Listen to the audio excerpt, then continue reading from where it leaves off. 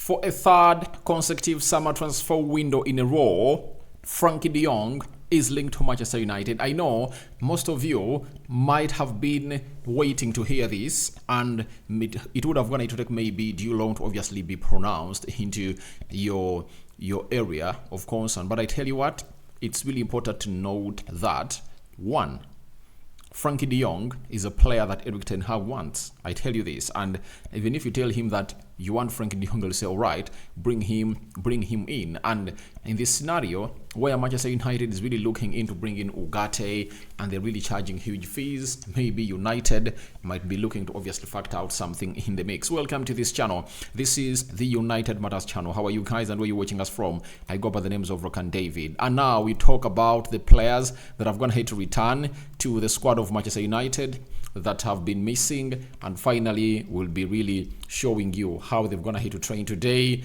and what the plan is for these players and how they're going to find themselves fit into the squad of Manchester United that is set to play 5 days from now, that is Saturday, as Manchester United takes on the side of as United takes on the side of Man City down at Wembley. We thank God for the gift of life, the Muslims, Barakallahu fikum, and may the living to God bless you and bless you abundantly into the mix. Now, where should we start from? Let's obviously start it off from Frenkie de Jong, but for endeavor to subscribe, we want to hit 20,000 subscribers onto this channel. Today,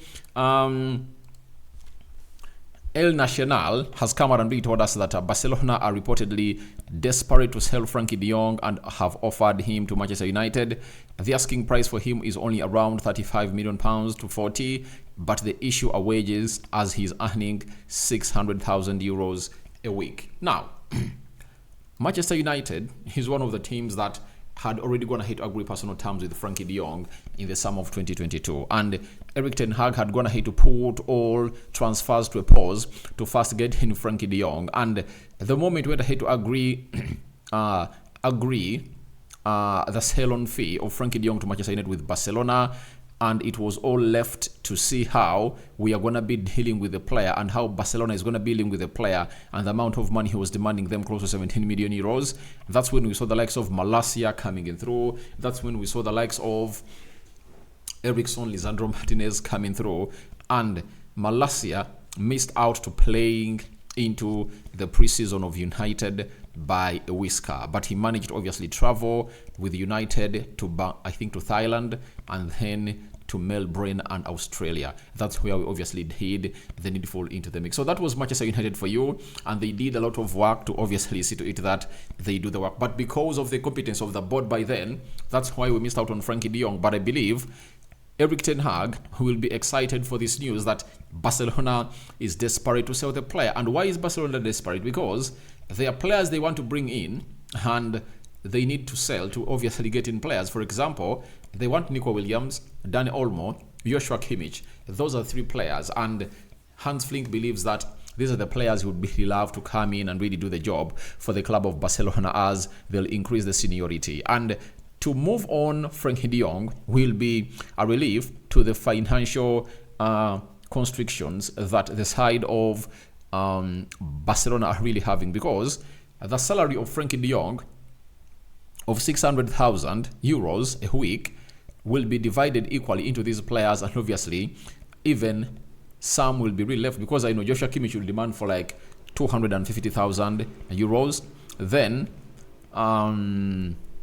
like Dani Olmo will call in for like €150,000, and for a player called Nico Williams, you call in for like 200. You understand? So it might be divided into those players, you understand, because it can do well. And if at all you are going to divide the weekly wage of one player into three players, I think that will be the best of the best for a player known as for the team known as Barcelona. And the fact is, can the £40 million, because that averages to €53 million, can the €53 million that Barcelona want obviously do the needful and really act well for them? I tell you, it can. It can, because they would have gone ahead to really save a lot of money, because if you're paying a player €600,000 a week, that means the player is going to be earning 2.4 per 2.4 per 2.4 per month, and almost 30 million euros a year, meaning that you would have gone ahead to save it from spending it on one player, and you're now spending it on 3 players. Now, you know why I've always told you that however much Barcelona has always gone ahead to be an attractive side, but like in the football terms, but there is what they add on, you know, paying huge sums of money to these people, especially the players, paying them huge sums of money, right? Paying them huge sums of money that have gone ahead to obviously show a lot of potential into the mix. So, as it stands, Frenkie de Jong looks like Barcelona wants to move him on, right? And to come to Manchester United, I believe with the crop of Dutch players, you know, ganging up at Manchester United, I tell you, he might find it easy to obviously come in through and really get convinced to join, if at all, the elite. Joins Manchester United, add him to Malacia, and add him to Joshua Zirkzee.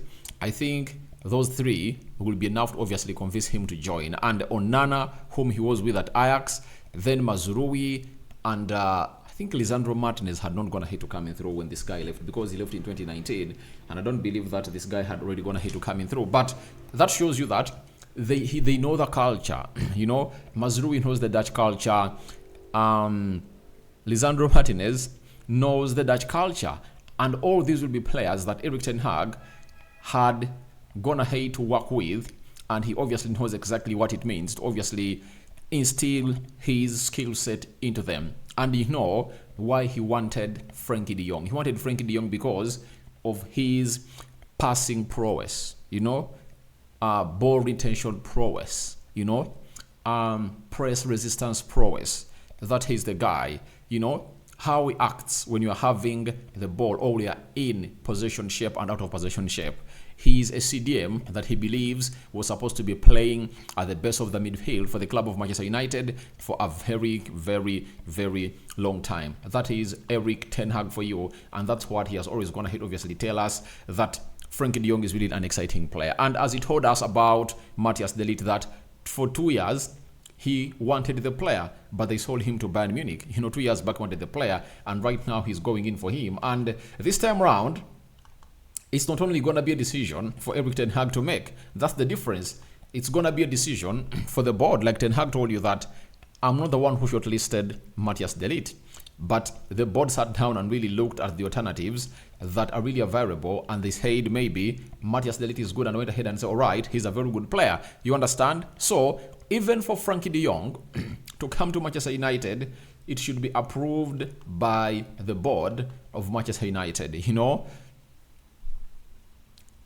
the CEO has to obviously sit down. That sporting director has to obviously find himself in a position of really agreeing to what this should be all about. So we are here waiting to see how that is going to happen. But the big question is the amount of money that is being talked that will cost that deal, or will really lead to this deal to happen. You understand? For me, when you look at the cost of money, for me, it's really good. If at all you are to pay 50, right? 50 million pounds, 50 million euros for the guy, I think that's okay. And United obviously put in what we call a good or a very good deal, because for PSG, they look like they want the lion's share of the money, but United can negotiate a deal of like 40 million euros up front and 13 million euros of add-ons. I think it can really work well that way for the side of Manchester United and the rest of the people down there. So I would love to obviously come in through and really look into what you guys have to say about it. But for me, I would on any day recommend the deal of recommend a deal a deal linking this guy to the club of Manchester United. That is it. Because I know that he's really a very good player who can fit in any club. Man City have pointed at him. Bayern Munich have gone ahead to point at him. And very many others have gone ahead obviously point at the player. And it shows you how good this guy is. You understand? And let's not forget that He's just, I think, 26 years of age, 27, and fits into the club of Manchester United like a glove. Compared to Manuel Ugarte, this guy lacks what we call some huge experience, and this guy brings it. That is Frenkie de Jong to the port of Manchester United, and he's a more talented player than Manuel Ugarte. That is it. Though I think what Manuel Ugarte brings on the table is all about his work rate and mobility, right? But for the rest, I tell you what, this guy ticks all the boxes, and I think Ten Hag will obviously have to really see what the board really comes up with, to see whether this guy comes in through to become that guy at the club of Manchester United. But Barcelona is desperate to sell, and we are waiting to see whether this player will obviously move on. But I all know that very many teams will show interest. Man City, Bayern Munich needs a midfielder, the likes of Chelsea, PSG, all those top clubs are really going to line up for the signature of this guy, provided it is confirmed that he's hugely needed by the side, or he's hugely put on the market by the side of Barcelona, and they want him out, right? I don't know what was going to happen between him and Hans Flick. Yet Hans Flick was one of those that was really wanting to sign him when he was a player at the side of what was the side? At the side of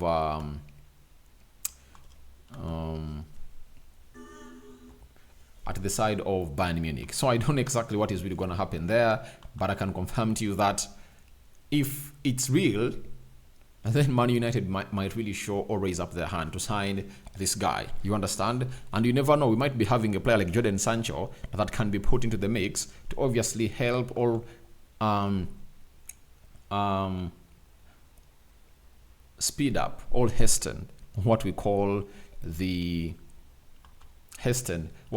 transfer, to see that it really comes to pass. So that is it coming in through from the man himself, known as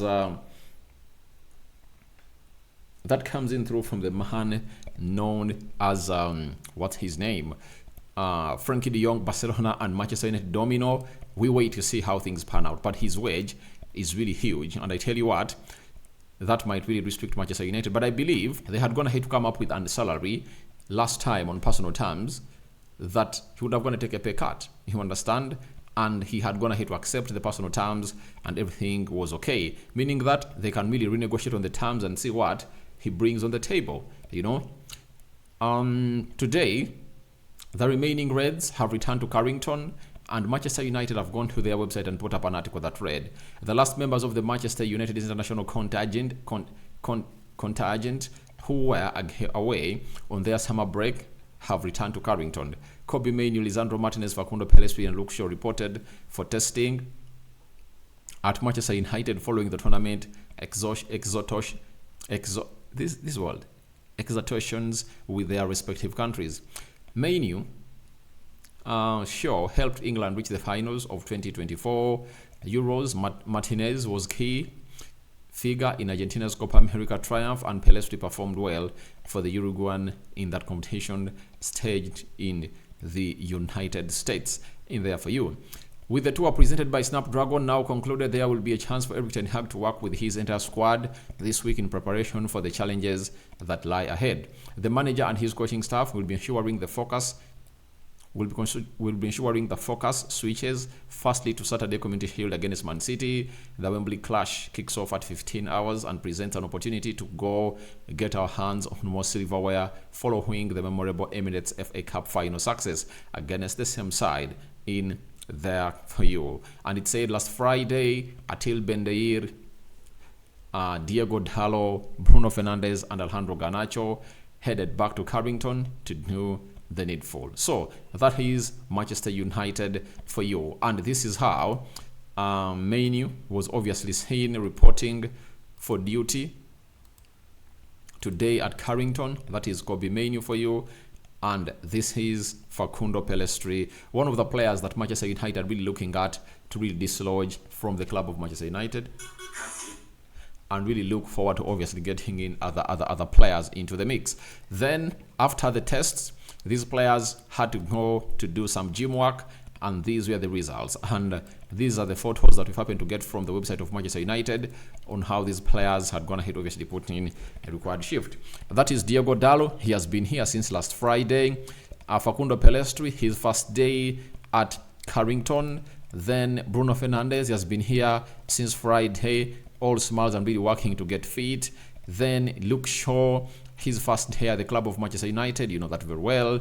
He has been missing in action for some time, and he's finally here to put in the shift. Then Kobbie Mainoo into the mix, as you see him there with an instructor to obviously put in the work. His first day at Old Trafford. Lisandro Martinez, the butcher of Manchester, is one of those who has just gone ahead to report to the club of Manchester United, and obviously put in the required shift all together. So that is the butcher in there for you. Then that is Beindir, one of the players that I think this time around he's really gonna be getting enough playing time, because in the UEFA Europa League I don't really think that the manager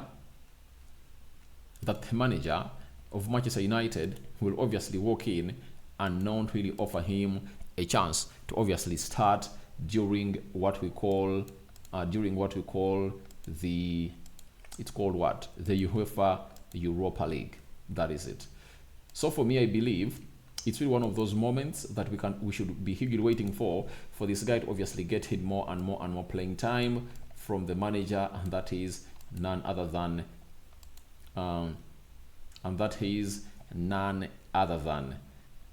what's his name, Erik ten Hag, into the mix. So that is what we have gotten from those players that are just going to hit report on duty today. And I tell you what, it's really going to be very refreshing into the mix. Who else who was into these frames? Garnacho and Kobbie Mainoo linking up. Garnacho reported last Friday, and Kobbie Mainoo reported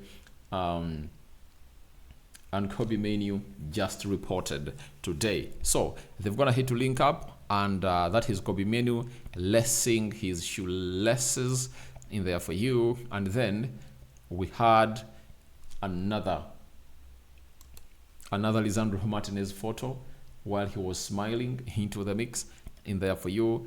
Then this is Facundo Pellistri, first day in there for you. And then Bruno Fernandes, obviously in the gym and really working hard to really put his levels to where they deserve to be in as far as fitness is really concerned for him and the players at Manchester United. So guys, thank you very much for watching through. Rokan David is my name. Tell me your thoughts about what you think of Frenkie de Jong pursuit to Manchester United back on the cards, you know, as Barcelona is desperately looking to move him on. Then what do you make about the deal of Frenkie de Jong? Do you think he can come without Manchester United and maybe be helpful? And the players that have gone ahead to join the club of Manchester United, you know, from the holidays, you get? And that means now Erik ten Hag is missing out on only Leny Yoro, Rasmus Højlund. Who else is injured? And I think Leny Yoro and Rasmus Højlund. But the rest of the players are really readily available, and they're really going to be doing the needful to obviously get us the best that we deserve as a side of Manchester United. So I sign out for now. See you later, and I call upon for your reactions into the comment section below. Rokan David is my name. We out. See you later, my mates. Bye bye. And it's a 5-finger salute to everyone watching in through. Thank you for the love and supporting this beautiful channel of ours. We out. Bye bye.